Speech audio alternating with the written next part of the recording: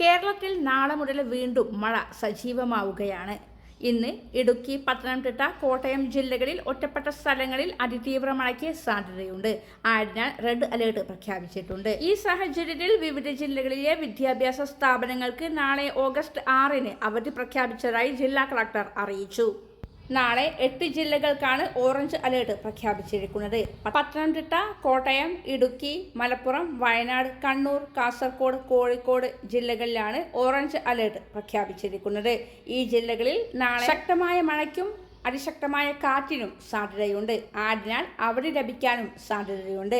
നിലവിൽ പത്തനംതിട്ട ജില്ലയിലെ എല്ലാ വിദ്യാഭ്യാസ സ്ഥാപനങ്ങൾക്കും അവധി പ്രഖ്യാപിച്ചതായി ജില്ലാ കളക്ടർ. ഇന്ന് റെഡ് അലേർട്ടും നാളെ ഓറഞ്ച് അലേർട്ടും പ്രഖ്യാപിച്ച സാഹചര്യത്തിൽ പത്തനംതിട്ട ജില്ലയിലെ അങ്കണവാടി മുതൽ പ്രൊഫഷണൽ കോളേജുകൾ വരെയുള്ള എല്ലാ വിദ്യാഭ്യാസ സ്ഥാപനങ്ങൾക്കും നാളെ അവധിയായിരിക്കുമെന്നാണ് ജില്ലാ കളക്ടറുടെ അറിയിപ്പ്.